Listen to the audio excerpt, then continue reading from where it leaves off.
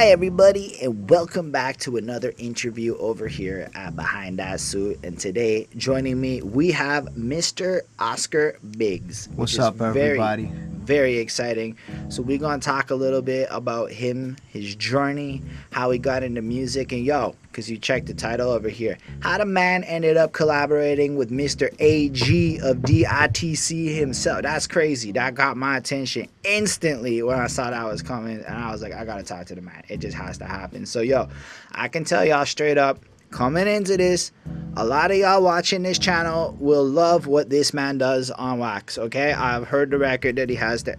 Y'all will like it, so go check it. That's what I'm trying to say. It's just what's up. Anyway. Much respect, man. Much respect. It's Thank just you for facts, having man. me here, too.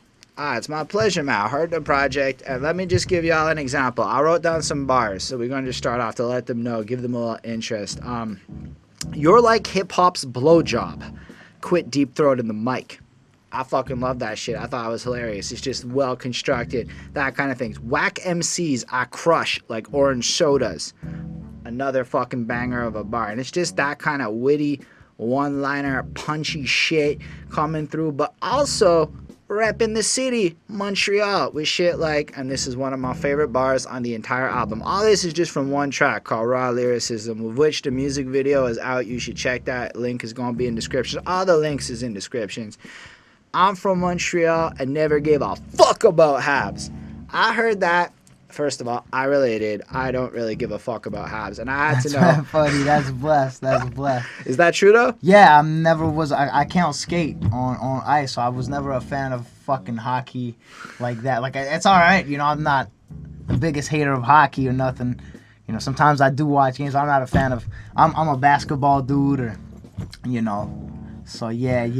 Fair enough. So, you like the Raptors? Absolutely. I watched that whole thing when it went down. It was great. That's fair. Did you go out there and visit, or were you watching? Nah, I was just watching at home. Plus, I got family down there, but it just didn't happen. Fair enough. All right, so what I like to do is kind of walk through the story. I look at it like none of us in the city, if you Google us, have great backstories, the stuff to fill the Wikipedia pages with one day. So why don't you tell us, are you from Montreal in the first place? I was actually born in Montreal, but I was raised on the South Shore, Greenfield Park, Longueuil. As you said, Greenfield Park is like if you hop across the water, you're in there. So it's like the greater Montreal area. I was there from 0 to 11. 12, okay. And then I moved in Longueuil. I've been there ever since. So it's Montreal enough, right? Like it's. Oh, it's like 10, 15 minutes. I'm always in Montreal. Always been in Montreal. So you grew up around there. You went to school around there. All that stuff. Yeah. For the time that I went to school, yeah. Fair enough. Yeah. So at what point then do you discover hip hop? I think it was always around. It was on TV when I was. How old are you, by the way? I'm 28. All right. I'm 28 years old. Fair enough. So you were growing up then, I guess, in the 2000s eras, the late 90s eras of hip-hop. Late 90s. My cousin also was in the hip-hop and this and that. I remember when I was like 11, 12 years old, he gave me the CD of It Takes a Nation of a Million to Hold Us Back from Public Enemy. That is a brilliant album. Yeah, so I listened to that. I could spit that thing when I was like 12 years old. I could spit bass, how low could you go? Death row, whatever. No. Once again, back is the incredible, the rhyme animal. I could love it. Do that whole verse when I was 12 years old. So from there, I could already probably in my brain, I was already set the flow, and it took a longer time to become a great punchline writer. Right. But it was planted there. So did you start writing right away at that point? Yeah, but it was trash when I was 12 years old. That when you're a 12 years old kid, you don't got much to say, you're just just a kid, It does mean that a 28-year-old you can say, I have spent more than half my life doing this. Well, I wasn't writing every day when I was 12 years old. You started though. Yeah, I started when I was 12 years old, and you're 28. Maybe when I was 16, 17, I started writing more, And But eventually I met a friend. He was like, "You're not recording." He was like, "Yo, you're a crazy MC, whatever. What you got out?" I'm like, "Nothing, man. I just rap on street corners. That's my manager today." Okay, you know? okay. So let's go back then. So you're like 12, Public Enemy out there. Give us a couple other big ones that like caught your attention from there. That kind of. When I was 16, 17, when I was like maybe 15, I got into Wu-Tang. Okay. So 15, 16, I was into Wu-Tang, and then when I found out Big L, All right. when I was 17, I was like, "Yo, this is what I want to do." When I heard Big L, I was like, "Yo, this is for real, pardon me. This is the real deal."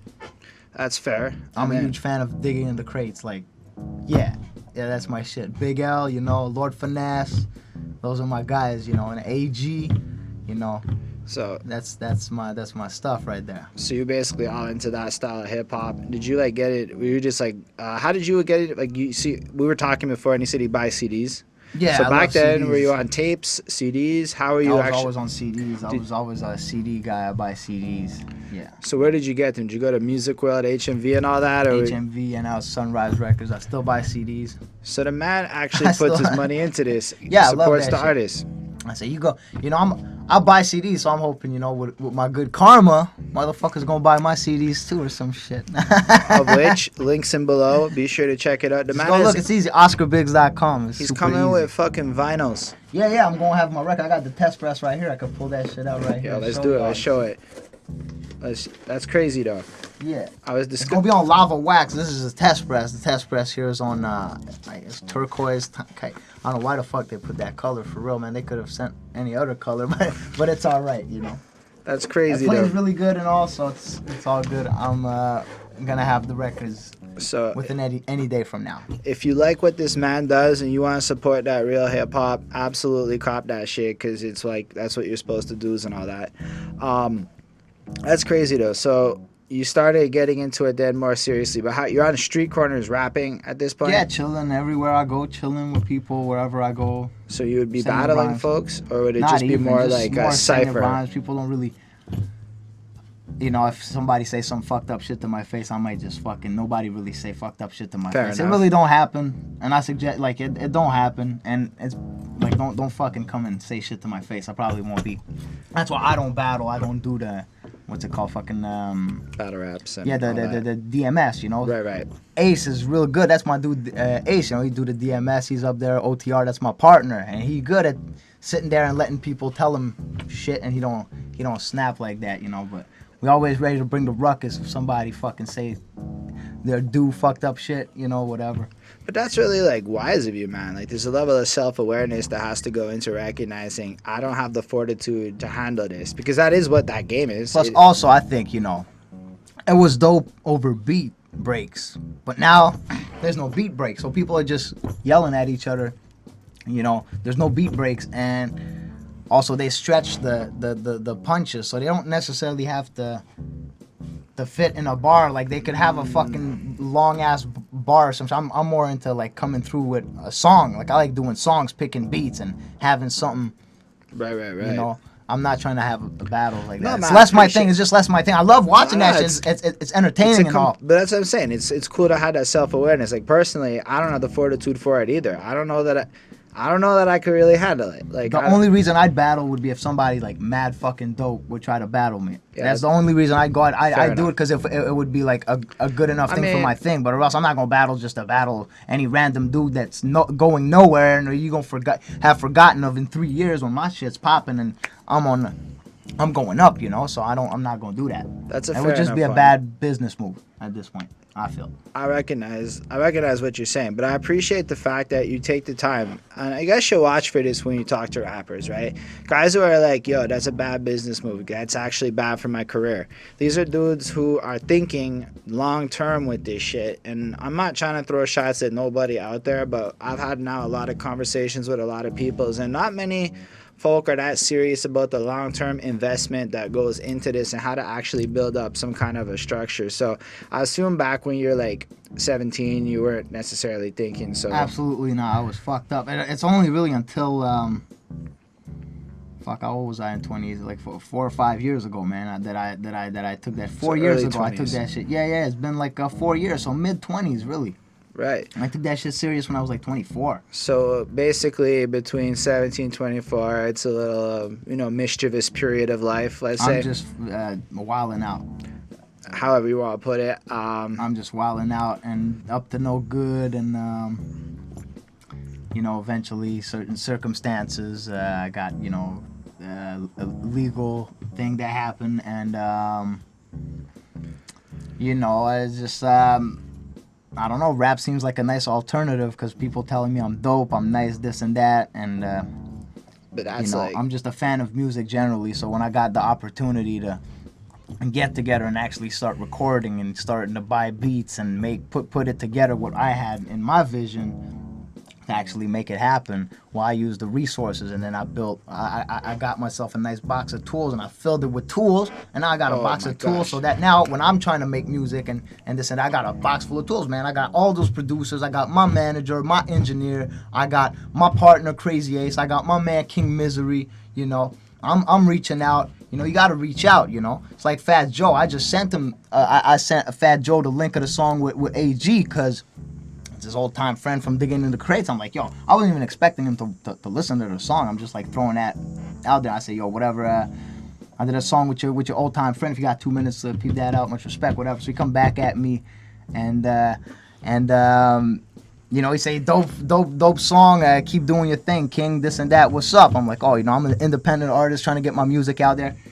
And Fat Joe tried to tell me, oh, man, I could put your post a story on Instagram with your music playing and all that, and shout you out. So I'm like, yo, that, but it would be for $1,000, and that's the little thing here. Like, yo, I'm not gonna pay $1,000 for maybe, I don't know, like, we don't have no numbers here. Maybe we don't know nothing about nothing. How many followers is this gonna get me? Is this just gonna go in the butter? Few minutes, it's gonna cost me $1,000 of US money. I'm not Fat Joe, man. I ain't rolling on gold, man. This thing came out of my money. And all much respect to Fat Joe, and thank you for listening to my music and replying and this and that. It means a lot. You're a legend. But I ain't got a fucking $1,000 to throw, and you know what I'm saying? Like, I just don't, man.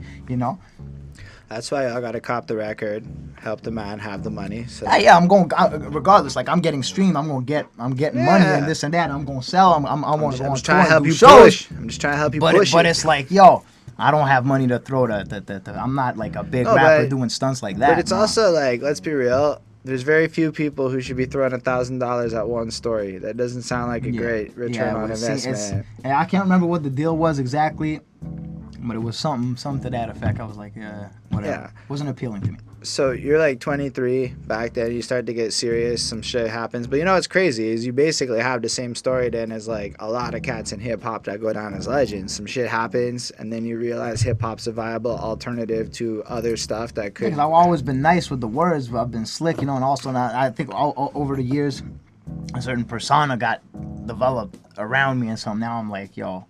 Like the tattoos, the jewelry, the I got a certain baggage, the connects I got, whatever. People that know me know, so I'm like, so it's just a blessing, I enjoy life, So as this point comes around in the 20s, when you start getting serious, who are your influences? Because I guess that's kind of what builds into this record, shit, right? A whole bunch of music, man. I went wildin', man. Big Pun, all that good stuff, man. You could name like a Gangstar, Necro. I'm a huge fan of Necro, Mr. Hyde, even Jurassic 5. I like to listen to Jurassic 5, Mobb Deep, Tupac, Biggie. There's Vinnie Paz, huge fan of Vinnie Paz, Rugged Man. Every 2-3 years for say, I'm gonna find a new artist. I'm gonna be like, shit, this man. How did I not know of this man before? This year, just before Gorilla Monsoon dropped, I found Nems. I had fucking never heard of Nems before. I was like, what the fuck, Gorilla Nems, man? This is the dude I've been bumping these days. I hate to say it, I'd never heard of the man, and You never heard of Gorilla Nems? Yo, Gorilla Nems, man, this is the man that he's bumping. He just did a album with Ill Bill. Okay. Gorilla Twins. This man is the man that I'm trying to get my money to fucking do a featuring with. Because when you approach an artist, like, yo, let's let's make it big. You know, none of that bullshit. It's business, man. It's fucking business. When I approach an artist to do music, I expect to spend money. So motherfuckers that hit me up, my dude, don't hit me up with no money, because I ain't going to do no featuring with you if you ain't got no money, man. I'm going to tell you this flat out, man. I'm bumping. I'm going to bring you visibility. Don't come ask me to do. I'm going to charge a certain price. And it's simple like that, you know. And that's that. Because I always got bozos coming to hit me up and telling me, oh, you know, yo, you're dope, dope this, that. I go, okay, yeah, cool. You send me a music and, you know, this and that. I'm like, okay, whatever. Yo, I want to do a track with you, but I ain't trying to pay no money, man, you know. But you know, here's the thing. I can even just comment on, like, I make music myself, and if I want you to be on a project, that might not like align with your current strategy or your current timelines. And I could ask you if you want to do it. Maybe, you know, maybe if we're friends, you know, we've already If you're my homie, obviously. we've already established a relationship. So there are some people I'll be like, listen, you've said my shit's dope for like 8 years. So yo, you want to be on a track? Okay, fine. See, that's the kind of thing. So I got a guy that's a fan of me, a big fan of me, and the man supports, man. Came to my shows and this and that. And the guy that I don't fucking know other than being a fan. And this man's a music enthusiast trying to do this and that, you know. So I'm like, yo, man, you know, I'll cut you a deal if you ever want to do it, like a featuring or whatever. But then I got my manager saying, like, yo, don't do a featuring with this guy, bro, because it's not. Fair enough. But then again, I'm like, I don't care, man. If I do the song with him, I could just do it with him for like very cheap and just not like you could release it and nobody gonna ever fucking see that song, man. If I don't release it myself. But it's the idea of having that like invested relationship is one thing, but then the idea of somebody just showing up and being like, bro, let's just do some shit together. And yo, I meet people and they always say that to me. And it's not like necessarily like I'm fucking famous, but it's like they'll see me live in a lot of cases. Now, I'm not trying to be cocky. I have a pretty decent live show. I don't have no fucking backtracks, and I bring an energy. So when I get out the stage, people are like, yo, you want to do a track or whatever. But it's like, there's... The truthful answer is maybe, depending. Like, there's a lot of ifs. But, like, nobody ever goes, I'll pay you for your time and services. Like, writing that song, recording that song, that's all time. I charge money because I got an album out, I got a record out, I got my website out, I got a video clip out, I'm doing connects. I got Sans Pression just asked me to do a song with him. That's sick. We you know, I want to do that shit 100%. You know, like I'm a fan, so I was blessed to connect with him, and you know, he just liked my shit. He said, "Yo, let's do it. Let's do a song." Like hell yeah, a guy like him, it's like mad fucking blessed. I just got to reach out to him, and during next week the deal should be. But that's in regard to somebody who reached out to you. But like you were saying before, not even. I went on a set. Where a girl that whatever that I see, and she's the friend of SP's girlfriend. Okay. And she was like, yo, come on the video set, whatever. So whenever I got there, he's like, yo, you're a rapper, this and that. So I just put up my phone. I opened Spotify for artists, and I showed him the damn fucking streams I got in the last 3 weeks, and he was like, oh shit, man, what's up? You know? and I'm like, yo, my video clip, this and that. So you see my video clip. And or whatever, we go to my car and you see my I said, yo, you still listen to CDs? He's like, yeah, I want a CD. I'm like, all right, man. He's like, I'll come with you to your car, man. So you see the CD with the booklet and all the rhymes in there, and he was like, yo, and you see the test press that was also in my trunk. Just to point out, he has all the lyrics in the booklet. Yeah, I have all the lyrics in the booklet with nice pictures of me, you know. So it's all worth your while, you know. It's $18.99 plus tax on OscarBiggs.com. If you come see me. You could hit my DMs up, and if you in the surroundings of Montreal, hold up when you're I'll come looking. see you, man. I'll come see you for real. I take all those things right here, man. So I can take Visa, MasterCard, and all that shit. Fair enough. When you're facing that way, they're not gonna hear you as well when you're talking. Oh, yeah, I take all that stuff. So just just hit my DMs, whatever. I'll come sell you a CD. That's fair enough, man. That's a real hustle, and yeah, I respect absolutely. that so much. But it was also just like you said, like if I'm gonna go talk to somebody though that I don't know, right? Because that's what I was kind of aiming at. Where like, basically, if I'm gonna go approach this famous person over here, I'm gonna come with money prepared because I know that it's his time I'm basically requesting, and so I'm gonna compensate him for that because that's how this business works, and that's just the kind of professional side of this industry. And to me, I respect you saying that because I don't know that a lot of people fully value time like that, and it sounds to me like you value people's time, like you understand the value of time. Absolutely. And that respect, he was saying it was like he reads a bunch. I read books. I'm I'm a smart guy, you know. I can say that like we had a little conversation before recording this, and man, he's got a very business oriented perspective. Just entrepreneur. Just mind, everything's you know? like the ROI. What am I I gonna fuck get with back on that? what you call that shit? Dragon's Den, Shark Tank, all that shit. That's great, you know. Or there's a bunch of just have a business mind, have a wider frame of vision, you know. I respect it, and it's important because art is expensive to create, especially what we do. It's an expensive endeavor, like because you say you buy your beats. It sounds to me like you value beats. the producers enough to pay them. Absolutely. And I'm assuming you pay for your engineers. Absolutely, of course. And then there's the graphic designers. And then there's the graphic designer. Shout out to my man Sebastian Stewart for the artwork for the album. Much respect, man. Fair enough. So if you like what he does, y'all in Montreal, check the man's out. Yeah, obviously. he's like renowned and shit. Ain't he a real deal, man. I've seen his name appear in Facebook threads because like Montreal's. Just look at the cover of my album, man. He killed that shit. No, it's a great album cover. That's honestly. what I'm saying. No, I liked it. I thought it fit really well. Also, the music video has a lot of energy. I mean, I don't see a lot of dudes coming through with 3 chicks anymore. Yeah, nah, yeah. I respect it. Because, look, here's the thing. I know that, like, some people may go, like, misogynism or whatever. I'm like, nah, that's not what that is. You like a certain kind of girl, and that certain kind of girl likes you.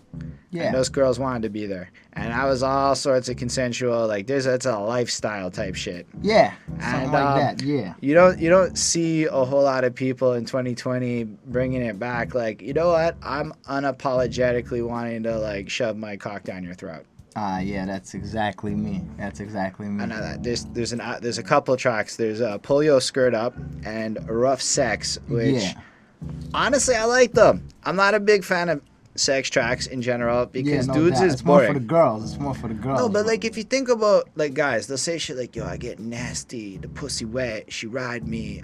I'm like, that's not fucking nasty sex. Like I can't get too descriptive because she'll kill me, but. Let's say like the rough sex lifestyle you described is appealing and interesting. Yeah, and it is. I swear to God, man, I got girls hit me up and be like, "Yo, I want what you say in your songs." You really do that? I want what you do in your songs, Oscar. Like, yo. And I'm like, because I heard that shit, and I'm like, you know what? I mean, like, I didn't really quote any of the bars. I know in Rough Sex, I really just, because I wrote a couple of notes here and there on some of the tracks, there's like a pause that comes through after you go, I'm the same motherfucker, and it kind of like pauses, and then it kicks back. I really like that. That had a really good artistic effect to it, so I thought that was cool. So I like the fact that you really play with structure in your songs. Yeah, I don't do 16 bars. Well, I do, I got certain songs that are structured with 16 bars, but certain songs I go out of that, I like to write longer verses with punchlines and this and that, That's fair. So, I guess that's interesting. So basically, you're saying this album got you laid a lot, or, yeah. Yeah. Well, I just got out 3 weeks ago. Has the potential to get. Has the potential to get me laid a lot.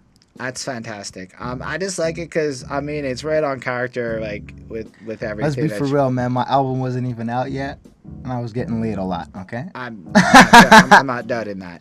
I don't think you come up with a track like Rough Sex without having some experience, because it doesn't sound like you heard. It doesn't sound like you just watched some stuff on the internet. It sounds like, yo, it's like I'm gonna fucking choke you and like fucking spank you out and whatever. You want some soft shit? Fuck you. We're gonna do it hard. You're gonna beg me for more. I love the attitude on it. I just want to compliment you on that because Much respect, man. It's more on that line of like what you'd find on FetLife.com and so it's like literal fetishy shit. It's like it sounds real, like it is, and it's upfront. How many dudes are just lying? Yeah. That's some honest shit. No, but a lot of dudes out here, a lot of girls tell me, dudes say that they about it, the rough sex, this and that, but they really not. I fucking gonna break a girl. I'm gonna fuck you till you break. I'm gonna hate fuck you, and also I'm gonna do a song called Hate Fuck soon. Because from my next album, I really want a song on there that I want to do called Hate Fuck, because that's how I fuck bitches. I hate fuck them. So that's what's up. If you're not interested in that, go fuck yourself. Yeah. But if Fair you're enough. interested in that, come see me or some shit. I don't know, man. I feel like it's great because, I mean, it comes off maybe a little harsh or shit, but it's got that edge. It tells you exactly the kind of style that you're getting throughout the bars, and I think it's consistent. And I respect the honesty in it, right? I feel like people are kind of very willing to lie just to look a certain way or to hide some shit. But if you're supposed to keep it real, I mean, you basically just doing you, so respect. Yeah. I do music for me. Ultimately, I do music for my close entourage that I want people to say like, yo, when I write dope bars, I'm like, yo, my dude's gonna fucking be like, yo, this bar's dope. So I'm just hyped up to tell him my bars, and we have like, oh, that's a dope bar. You know, that's why I do that shit. Ultimately, you know, So, I want my homies to fucking say, oh, this was a dope bar. You know, he came through with a dope bar. Also, in Pull Your Skirt Up, I actually did write something down because at one point you're like, 2 lesbians and a 69 turns me on, but the way you delivered that 69 or turns one of the bars there, it kind of sounds like ODB. And I don't know if that was deliberate or not. It was not deliberate, but I listened to ODB. But the way your like voice kind of reverbs has like that ODB, like like that kind of like crazy ODB sound that he does. I did that shit elsewhere, but it wasn't on that particular thing. I just caught it there, and I was like, yeah, because you had mentioned earlier you like Wu-Tang, so at that point it was definitely in my things. ODB used to be my favorite member in the Wu-Tang Clan, but then it changed, and it's been Inspector Deck for many years now. Why did it change? I don't know, because I like the steez of Old Dirty Bastard and all, but eventually Inspector Deck grew on me to how he, he's the king of featurings, man. And you got Inspector Deck on a feature, he always comes fucking crazy hard, and he's just really, Inspector Deck's great. I love Inspector Deck. I got a big ass tattoo of an Inspector Deck on my back too, you know. It's respect. Do you like that Sarface project he's involved in? Yeah, I do actually with 7L and it's fucking great. Yeah, I listen to that. I fuck with that shit. Yeah, That's the fresh. song with fucking MF Doom on that thing. They did the whole project. There's a whole album, Sarface MF Doom. Is it out yet? Yeah, a couple years back. Yeah. Yeah, it's Shit. Then they did one with somebody else after. I think it was Ghostface Killer, one of them after. I don't remember which one. I think I heard that it was going to be done, but I can't remember it coming out. To mine, not like that. I haven't seen 17, 18, one of those years. It was one of, like, I remember I gotta reviewing see it. Czarface. I gotta see these Czarface, but it's it has a featuring with Rugged Man on there. It has a featuring with MF Doom. It's a dope fucking album. Oh man, they're an amazing project. Yeah. But yeah, one of the lines, just to give you a sample of it. I know my rhymes is banging like 2 nuts on a fat butt. Yeah. I love that line. Yeah, that's mad funny, right? I thought it cracked me the fuck up because they're banging, and it's a great pun, right? Because that's what happens. Like, you know, it's like it's literally because here's the thing. Here's why I like it. There's nowhere you can talk about this shit. You can't go to work and talk about how nuts slap on a butt. Like, you just can't have that conversation in life. Like, nobody... Unless you're Oscar Biggs, then. And you throw it down, and you're just there. And I'm like, they do slap on a fat butt. That's exactly how it goes down. I fucking loved it. I like how you shouted out the older chicks. When I was younger, I had some 36-year-old type shit in my life. Blew my fucking mind, is all I'm trying to say. I just loved it. I love the style of it.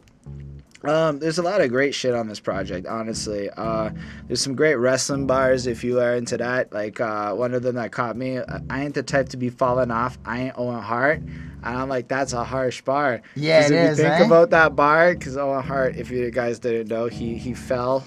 Yeah, plus I say, you know, I'm the types to be falling off. My name ain't Owen Hart. Y'all know I'm sharp. Because he got a sharpshooter, too, you know what I'm saying? I didn't even catch that, because I'm not maybe I swear to God, man, I wrote this bar, and I didn't even catch it myself until somebody said, yo, you making a joke with his sharpshooter. I was like, oh, shit, I didn't even realize that shit until my manager actually pointed it out for me. I was like, yo, that's actually... He was like, yo, that's a fire bar. But he don't even like that bar. He said, you should cut that bar out of the album. He said, you don't like that bar. I'm like, fuck that shit. I'm going to keep that bar right there, here's the thing. Man. I think it has the potential to offend people who might take it serious. That's all good but for the me. whole fucking album has the potential to offend people who we're Canadians, and they say, oh, we're from Canada, and Owen Hart's from Canada. But it's also care, like... You know? Plus, I'm a fan of Owen Hart. Like, I love the guy. It's just a punchline. It's just a punchline, you know? You gotta understand. One of your other interviews, and it was more like this. Oh, fuck, I forgot what I was going to say there. But nah, just the attitude of coming through and spitting it raw, and like just or you were into horrorcore, and you're trying to be styled off of horrorcore in general. It was something I saw in your when you were describing your desire to be like a kind of, I don't know. I just remember you saying that in the interview. It's horrorcore is because I got certain graphical fucking punchlines. So if that whole genre is meant to be shocking, why would you take a shocking? But I like it with a twist of funk and a twist of humor. So it's fucking like horrorcore funk humor twist. I got my own style, you know. I got my own. I definitely wasn't style. trying to imply it wasn't that. It was more. I remember you were saying. But Something yeah, I like, love that shit. Yeah. So absolutely. I mean, like, why would you take bars off? I mean, nothing you have on this project. I in do my take opinion, bars out sometimes. Sometimes it's Okay. like sometimes he's right. I'm like, oh shit. It could be whatever. Sometimes I write a bar and I'm like, oh, I didn't see it that way. He's like, yo, this could be kind of misseen. I'm like, yeah, that bar might be misseen. You know, So I'm like, this is okay, just- yeah, I'll talk to other people. My manager will tell me that. I'll hit up Ace. I'll be like, what do you think? Or I'll hit up Sky and be like, oh, maybe you want to cut that bar out. You know. At first, my sound guy was like, yo, you don't want, you're saying queer on that shit, and you for real. I have nothing against gay people at all, man. Right. But sometimes I say some fucking fucked up shit, this or that, you know, whatever.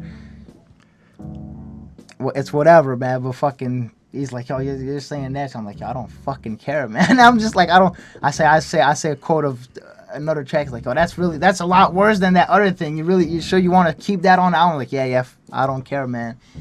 If you're offended, I don't like, yo, go tell your friends you're offended. Go tell your mom or post that you're offended. I seen somebody post my shit on Facebook and said, this is whack, and he posts my shit. He reposts my shit saying this is whack. I'm like, shit, all right, man. And this dude's actually gonna get me. I don't know how many more views he's gonna get He's me. absolutely going to. I'm like, that's fucking blessed, bro. Keep fucking. If you're not offending people, you'll never be a star. You think? And it's facts. I've watched case studies on this phenomenon. Find me one star that isn't argued about. And how do you get the arguments? By the equal love and the equal hate. So if you don't have as many haters as you have people loving you, you'll never have arguments in the comment section that spike you to virality. It's the people fighting about you that makes you a star. And I'm not talking famous. I'm not talking successful. I'm talking star. They have to have exactly the fucking haters. You need people like right. that. Like, honestly, I don't expect everybody in this world to like me at this point. I mean, I'm not trying to get haters, but I'm also not willing to compromise on who I am. And I feel like it's a smarter choice. Like, I'm not going to go out there and maybe say as much offensive stuff as you, but I'm certainly going to disrupt shit. I'm starting to write more challenging things, especially on subjects like racism and shit. I'm assuming people aren't going to like everything I have to say. But you gotta say what you gotta say. Like, yo, I heard this album. I think you have some lines that are gonna piss off some sensitive people, but you certainly come off with like a degree of respect. And I think like you don't come off like I'm gonna fuck you up. It's more like, if you fuck with me, I will fuck you up. That's exactly the vibe. That's I'm a trying to say. self-defenseness. Because I'm not trying to. And even in Start shit, you know, and fucking be a bunch of problems. I started shit in the past and it got me nowhere. I know better. I'm trying to not start shit. And if you look at all the classics in hip hop, they all have that same kind of tone of like, if you fuck with me, I'll fuck you up. It's not like this proactive, I'm gonna go take over the world. It's not. It's like, yo, life is complicated. We all trying to do our thing. Just pay the respects. Like, I love the fact that you literally start off, I think it is an All In, which is the 4th track on the album, right? And by the first 3, he's fucking hard hitting, whatever, coming through, and then he just goes into this like smooth, laid back, Yeah, it's more chilled smooth. out It flow. is, yeah. And what he's saying is, this is for the hip hop heads. If you like it, go buy the CD or fucking die. And I'm like, that's funny. amazing. That's the way you put it. It's funny. And but I'm like, that is fantastic. I'm like, I'm not certain I'm going to go immediately and buy her CD now, but that's hilarious. Support me, motherfucker. But doing it in a creative way. Like, I don't know, what's the bar? Something about LSD bar. Yeah. It's if you's a rap fiend, you can't disagree. I'm the shit. Peep my website, cop a CD, and get your fix. You ain't buying it? Take 3 blotters of LSDs and jump off a skyscraper. Rest in peace. Check the steez. Foul style's the wildest. Bitch, get on your knees and suck my foulest. I love it. I feel like if you're into bar trivia hip hop, how could you not appreciate that? Plus, it's kind of blunt. It's like, listen, buy the shit. Like, you know, show some fucking love. Yeah. Well, people are buying, so you know, and I eventually, you know, if I do a tour and this and that, and enough people get to see me, it's just gonna grow a snowball, and it's already snowballing, but we're just trying to add some snow in front of the so that it keep rolling. You know, that's what I want. But also, like, if you go to Funky Treat, there was a question I had. Did you know that Crazy Ace was gonna be on the track when you wrote "I'ma pull an ace out of my sleeve"? No, I did not actually. I 'Cause wrote that that shit bar before. just Yeah, it was there before. It was it's, there before. Yeah, no, it's it's fresh, crazy. man. It's a perfect co-sign of him Yeah, coming through. yeah. I was like, shit, that was crazy, man. Yeah. That's how we came through. It was crazy. Nah, Yeah, I really like that. Crazy Ace is dope. If you haven't checked him, I you go discovered check him him. out on Spotify. He does battle raps too. That's my dude, man. He's on 3 joints on the album. Yeah, That's my dude. I know I discovered him a couple months back on that Willie Scandals live feed. He was playing a bunch of Crazy Ace shit and it sounded real fresh. So that's real cool. How did you guys all meet these? How did you meet? I met him through King Misery, How long do you go back with Misery? 2017. That's when I met him at a show. I was doing a show. It was my first show ever, man. It was my first show ever, and I was rolling with Merc Frost and Benzo. And we was opening for a dude called Robbie G. I don't know if you ever heard of that Nah. dude. Anyways. And, yeah, man, I met King Misery, and then I came across him a few times at other shows, and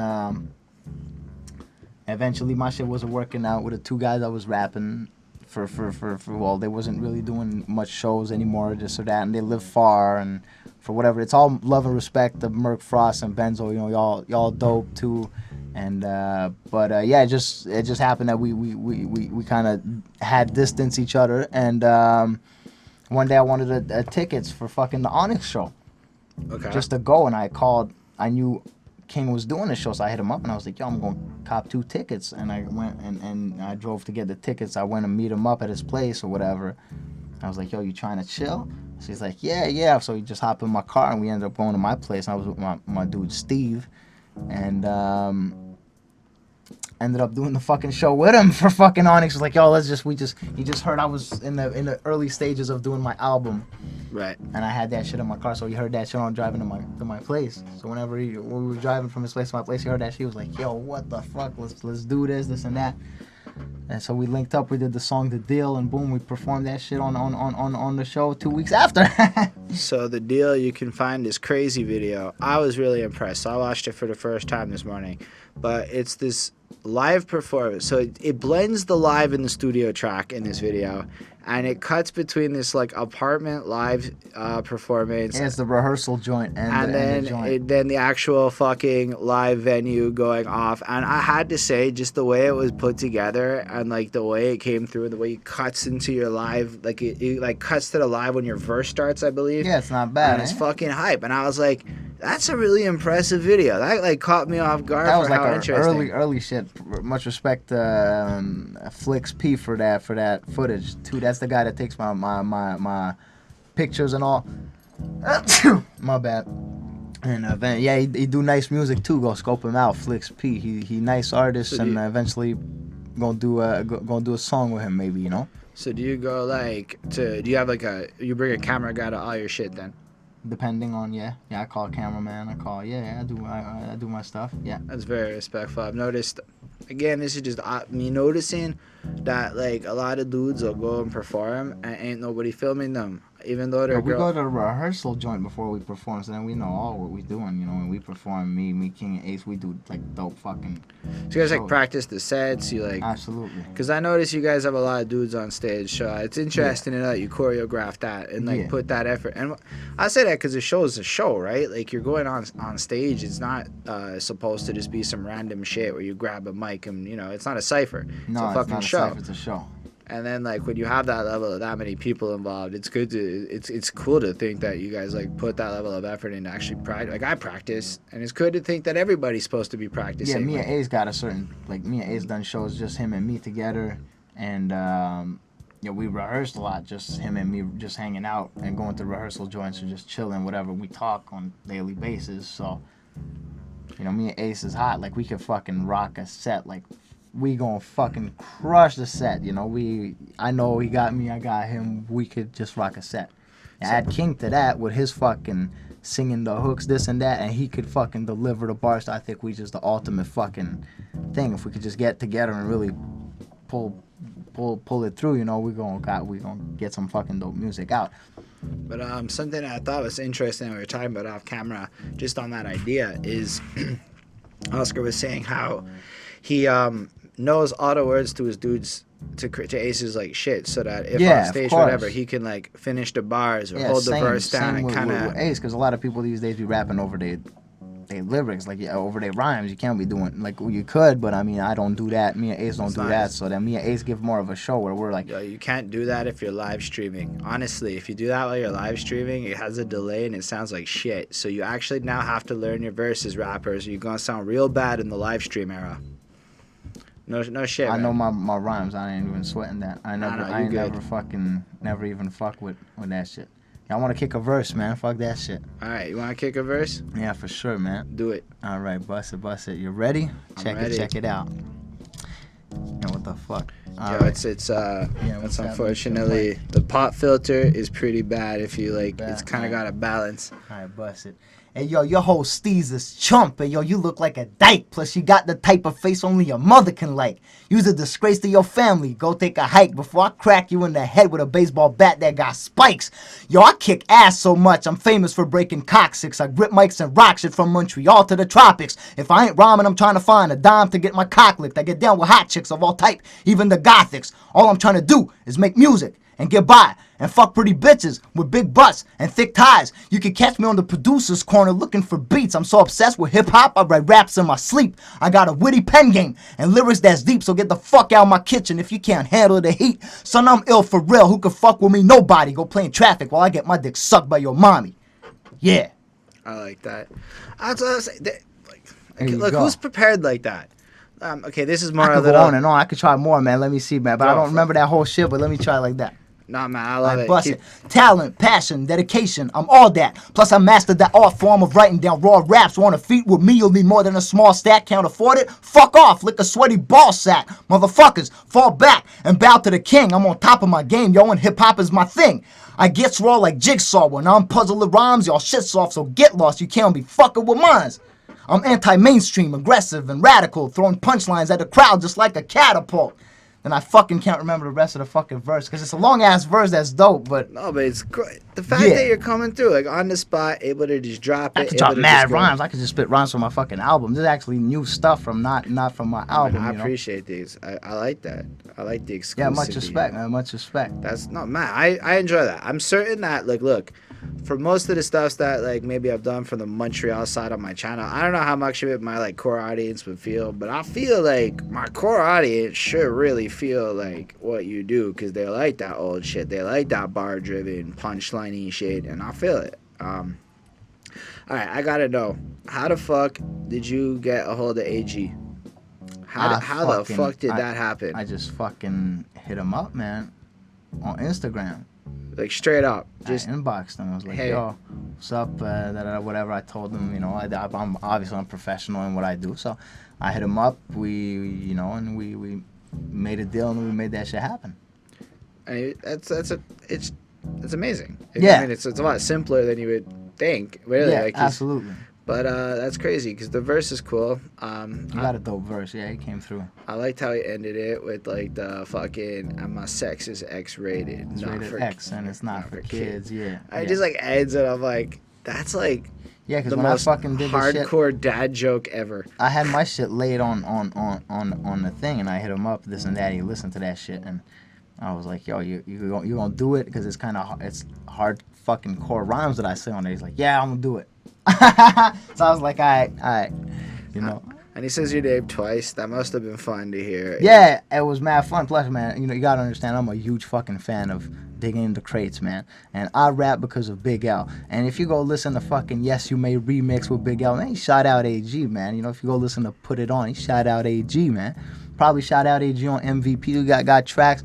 You gotta, AG did songs. AG did mad songs with, got more than one song. He got maybe 2-3 songs with Big fucking Punisher, man. That's Big facts. Punisher. You gotta see, man. I got fucking, I don't even know if you see on my arm. That's fucking Lord Finesse, man. Tattooed on my arm, I'm the funky technician, man. I just, for me, it's like a big fucking deal, and that's that. Now I want to do a song with Gorilla Nems. That's my next dude, man. That verse I just spit, that first verse, I want to put that shit on a joint with Gorilla Nems, and I got another verse that's mad dope too, that'll just fit with this guy, I'm just trying to cop a beat and just gonna lay my shit, gonna hit him up, boom, make that shit happen, you know. I don't know how much this man's costing these days. I know he's very popping. I'm kind of nervous to see how much you're gonna try to charge for that shit, but I want to make that happen for real, cause this man's fucking ill, man, for real. I think he'd hear my rhymes and he'd be like, yo, Oscar Vic's dope. You know what I appreciate about you, Oscar, is just how fucking blatant you are. I mean, the fact of the matter is that is how the game works. Everyone's paid everyone to do everything. Yeah. Everyone acts like it's not like that. Everyone, like, I mean, to, like, the fans, to, like, whatever, right? But, like, you see all these people with these illusions, like, when they cop a feature, like, it's anything more than that guy copped the feature. The only time you'd cop a feature and not pay is if the two fucking artists are just about on the same fucking level of visibility and getting the same amount of streams. And you can say, okay, what's your distributor? Okay, you work with distro. Okay, too, we could just split the team, have a team where we split the profit 50-50 for that particular song. Right. But then who copping the beat? Who gonna pay for the beat? Who gonna pay for the studio time? All right, I pay for the beat, the studio time, 60-40. Or whatever, you know. I mean, it's all open for debate. But I mean, you know, just go with the fucking. No, I respect everything you're saying. I appreciate it because I think there's in the general conversation of hip hop a lot of illusions towards how like they don't really realize how much of a business a lot of this shit really boils down to. It's all business. Like at the end of the day, I'm pretty sure that my subscriber count helped you come over here. Whether it's not huge, but it's more. What's your subscriber count? It's like $2,000, 2,000. For real, I didn't even notice, man. It's Fair. just because you hit me up and I was like, oh, that's respect. You know? Yeah, just because you hit me up. I was like, oh, you're a dope MC, this and that, and you was quoting my rhymes. Like, okay, so you took time to listen to my rhymes. Like, okay, I'll come and do it. You know, I'll come and do it. I didn't even know that. I didn't even realize because that's just I felt like that was respect. You got 2,000 subscribers. Yeah, 2,200. That's fucking blessed, man. Hey, what's up, everybody? I'm Oscar Biggs, yo. I thought you had less. I didn't even realize. To be fair, do I think this is gonna get a lot of views? That's gonna all come from you. I'm gonna try and get them to click with that AG on the title. They're gonna look. What happens with my channel is they recognize the artist, they recognize the album, they click. If they don't recognize it, they don't click. That's the facts of the situation for me. I see. So, but there is going to be 50 to 100 people. There's like 2 or 3 of my patrons are going to watch this shit. And they'll so there's a few people that will like probably actually go and bump your album off of this. That's like a crazy amount, unfortunately. But 5 years from now, when we're both 10 times more popping, this will be like a historical evidence piece. Let's fucking hope for the best, man. We're making it happen. I'm making it happen. Man, like I feel like for us, Montreal needs this. We need these platforms for people to come have these kinds of conversations. We need these opportunities. Like, yo, there's interesting shit. Like, you know what I didn't realize? That quoting the man's bars was why he's here. I didn't even know that. I didn't think about that. I felt like you listened to my album. I did, man. That fucking blowjob line was, I hadn't heard the song. I hadn't heard the whole album always say yet. fucking. It's fucking funny ass shit. Yeah. It was great. It was witty. It was funny. So that's cool. I appreciated the flow, man. I appreciated the bars. And here's the thing. A lot of people talk about how they could be the best in the city in terms of wordplay and shit. I don't know that a lot of people can compete at an international level. No disrespect to most of Montreal. I don't even know if I can compete at an international level. Some people are dope, but then again, it's going to be consistency. You could be dope for...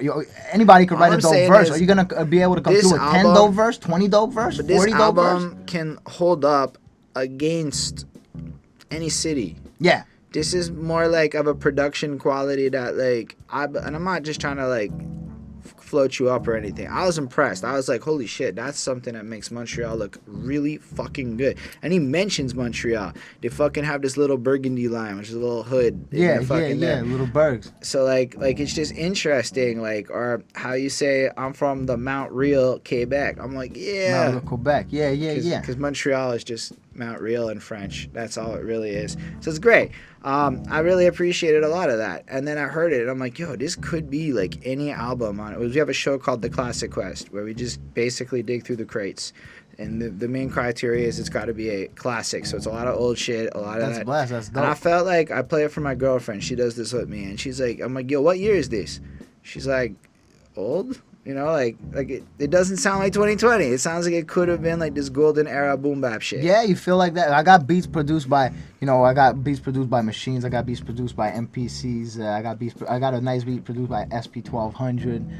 That brings a nice feel to the thing. But I didn't want just beats produced by SP1200 because I wasn't trying to get that particular thing.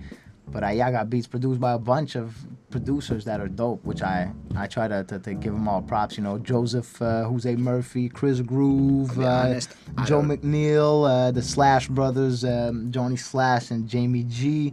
My man Sky, man, much respect to my man Sky. He's the magician, you know. Sky and Beats? yeah, Sky Beats, that's my I dude. know Sky Beats. Yeah. I don't know if you know Spades. No. Anyways, this dude Spades and Sky are boys back in the day. Sky technically filmed the first music video I was ever in. Oh yeah. We like snuck into the basement at my workplace and we shot it in the garage there. And Sky did the camera work. Sky's the one that did my video. That's sick. Yeah. Sky's fucking great. Yo, Sky- Sky, if you're watching this, I'm gonna keep shouting you out because everybody works with Sky. Everybody does, eh? You're like the fourth person in this room to mention Sky Beats on a fucking thing. Sky's on a picture in my fucking book. That's great. Yo, Sky's got his fucking shit. His Sky album's produced nice. Sky produced the beat on my album too. The fucking beat with AG's produced by Sky. That's ridiculous. That's cool, man. Yeah, the beat the AG beat is produced by Sky straight up. No, but he's a cool dude. I've talked to him about. Sky gave me one of the best ideas that I was gonna execute on before fucking COVID, to do like this, but like at a bar, and then do like a combo of interview, album review, but also then have you go spit your shit live at a fucking crowd after. That'd be blessed. And yeah. that was a Sky Beats idea, and I'm not doing shit all now because there's zero ROI in a COVID show right now. Unless you're doing that shit for $0, don't fucking do it. Unless you're going for online equity or some shit like that. Because unfortunately, I've done 2 shows in the last 7 days. It's crazy. They were both live feeds. So when I think about the economics of that, there's 0 ticket sales and shit, and there's just streams. The streams aren't getting. Yo, don't get me wrong. It's fucking worth doing. Like, if you have the chance to go spit at a live stream right now, you may as well do it because it's active, right? You're still practicing. You're still on the stage. But, man, if you think about it from a promoting angle, fuck, it's just like this empty bar, no drink sales, no anything. It's like the entire thing is going to change. Like, how do venues going to function? Like, it's going to be a weird world. Are you prepared for, like, a year of digital shows? I'm gonna do whatever fucking comes up, man. For real. I just dropped my first album, so I don't even know, man. At this point, it's kind of fucking me up, you know. It's kind of fucking putting a thing in my. I was ready to go on street corners and push my shit out my fucking trunk. So it was just putting music on and rapping on corners. There's a lot of people and just spit my rhymes right there on street corners and have people. Nobody gonna come close to you now with the COVID. That is true, but you can do it on Instagram, and you can do a couple other things. But I'm just wondering, like, let's say opportunity comes up, would you come through and spit at a camera? Like, because these shows are fucking weird. Of course. They're fun. They're weird, but they're fun. It was Sure. like, so the vibe last night was kind of like, you know, like when you go to the show and there's no crowd, it's just like rappers. Yeah, I did was that like- once. I hated that shit. It was like that, except you were planning on that, and so it was okay because you know that there was no crowd. It wasn't like disappointing because there was no crowd. It was just a bunch of rappers chilling in the room, and then maybe you could smoke some things inside because there was just rappers chilling in the room. So it was actually a pretty fucking chill vibe. I had a lot of fun, just did the test of it. But I was just curious, like, how you felt about stuff like that, or virtual reality, or all of this. I'm down for whatever, man. That's sick. I just like rapping, man. I just like to write rhymes, pick beats, and go lace them on wax. That's my favorite thing. And then go obviously perform and have people say, yo, just have people listen to my shit. When I open my shit on Spotify Artists and I see that there's 150 motherfuckers listening to my music, that's humbling. I'm like, shit, people listen to my music. Yeah, that's what I do this for. Yeah, I could definitely appreciate what you're saying, and it's crazy. When you check it, there's a lot of people who have listened to your music. Like, Yeah, there's actually a few. So what's the biggest city in your analytics? Like where? Phoenix.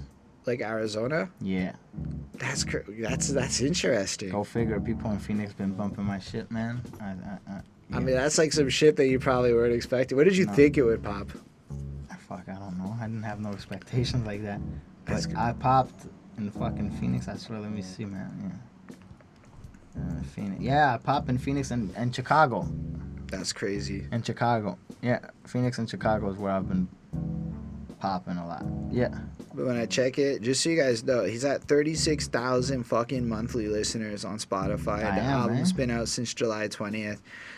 look, I'm not necessarily one that cares a lot about numbers, but that's at least numbers. And I'm gonna say, Yeah, at least numbers. Yeah. Montreal artists, that's numbers. That's more numbers than most. Because I actually check this shit for everybody.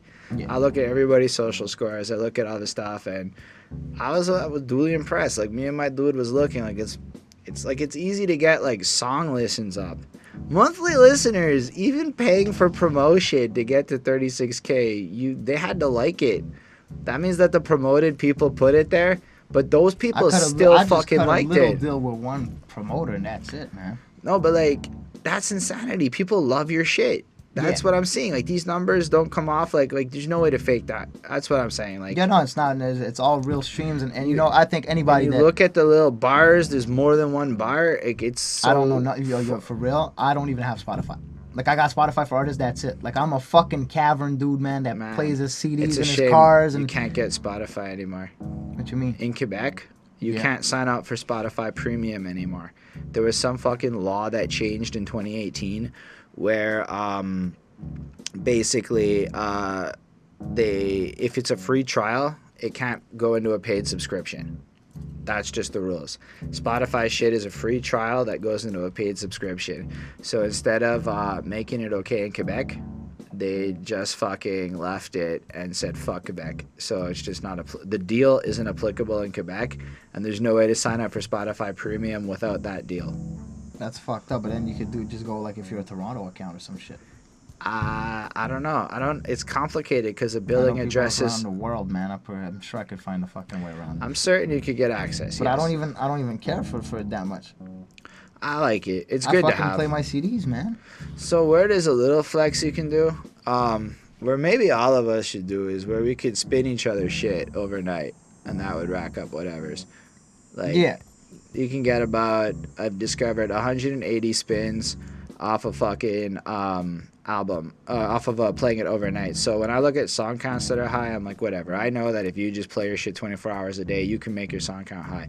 You just can't fake that kind of monthly listeners. There's no way to pay for monthly listeners like that. I mean, you can pay for reach, but to have that level of, I don't know, to me it's just very impressive because that means people fucking felt it. I'm trying to grow that shit for real. Like people felt it. I got certain plans. I'm gonna be doing stuff very soon. I mean, I was impressed by it all. It feels like there's this general, like, you have this push that's happening that it's cool. Like, you have this energy that it's authentic. It's refreshing almost. Like, much respect, man. There's not a lot of people with it. I don't know. I don't know what else to say about that, really. I just kind of was very impressed with where you're at with it. I'm gonna keep striving, man. I'm gonna keep striving, man. So what do you think is gonna come next for you with this next year? How do you think you're gonna navigate through these singles, record another album, do singles, featurings, and whoever reach out to me that I feel is dope, I'm gonna do music with, man. I'm just down to do more music and hopefully do shows eventually when they find a vaccine or some shit. There'll definitely be internet shows before then. I'll do that, whatever. And anybody approach me, just hit me up. OscarBiggsMusic@gmail.com. Hit me up. I take requests. DM me, OscarBiggsMusic, whatever, man. On all the links are gonna be down below in the description. Anyway, I'm not sure what else to say in this moment. I definitely want to have you come back again in the future. For sure, man. This was fun. I enjoyed it. But do you have any kind of closing words or last sentence or? I will say much respect to everybody that peeps out my music. If you haven't peeped it out, go peep it out. Much love to everybody that gets with the movement, you know. Honestly, and thank you for having me here too, man. Nah, it was my pleasure. Like, I think anybody that's putting in the work, that's trying to be a professional with it, I could learn something from. I learned something from you. I learned a couple of things, just hearing how you move, what you're thinking. Like, I learned that I need to write some fucking writtens. You know, have some shit ready. Like, just the way you're preparing for radio shows. Like to me, it's why I read books, right? It's to see what you can learn from experiences that are not your own. And so anybody like that, worth having a conversation with. And then what I'm hoping for is everyone else who's watching is, you know, I'm hoping more local people start jumping on board and, you know, watching it, can learn from it too. Like, yo, I mean, we both make music in this shit, so there's got to be hopefully some youth that can be like, yo, that's the kind of mentality that you need to make it in this game. Yeah. And that's what I'm hoping to capture. And I think on that front, you represent a person that I will not be shocked if in a year or two you hit some songs hitting millions of views and shit. That's what I'm really looking forward. Why? Because I think you're going to play the game in the way that is required to win. And Yeah. it's not necessarily about whatever, but just there's certain choices you can make that will work. And if just you to be do them aware and strategically, be ready to fucking do the sacrifice and put in the work and have a certain work ethic and carry yourself in a certain manner. And just to your be word is like- bond, my word is bond. If I But say like you something, I do said, it. be aware. That first one, that's the one that a lot of people unfortunately might miss. Not anyone in particular, but a lot of folk are not aware. So that's just, you can see the wisdom in how you put things, and that gives a lot of faith in me that you're actually going to achieve a lot I of suggest everybody get themselves a good friend that's gonna fucking critique and say this and that, and that it's wrong. You're doing it wrong. This gonna look cheap, or this gonna look bad, or this gonna look this. Because if you have a bunch of yes men on your team, only a bunch of yes men, you're gonna fucking do stupid shit. Nobody gonna sit there and tell you, buddy, you're doing your whole shit wrong. And then when people gas you up enough for a year or so, then there's a monster been created now. Nobody could fucking ungas you, and you think you're doing it all right, but you're not doing it all right. And unfortunately, a lot of people I feel nowadays out there not doing it right. I appreciate that. My girlfriend certainly does not yes man me. She tells me when my shit does not look right. Yeah, that's why my manager's my dude like that. He'll fucking argue with me for the stupidest fucking thing. Say But you it's shouldn't good. write this word like that, man. And we'd argue for fucking words, how words were written in the fucking booklet. We'd argue for that shit. Say, oh, you're gonna look like, bro. Time to get someone, but that's exactly the man that I need, because he gonna fucking challenge everything. That's amazing. You need somebody to challenge your fucking shit. If nobody challenges shit, then you're never gonna ameliorate yourself. That's amazing, man. I appreciate the way you think. I appreciate the way you are with it. So, I mean, I wish you the best of luck with this. I Much know respect, that man. at some point in the future, we're going to definitely link up again, Yeah, see for what sure, happens. man, for sure.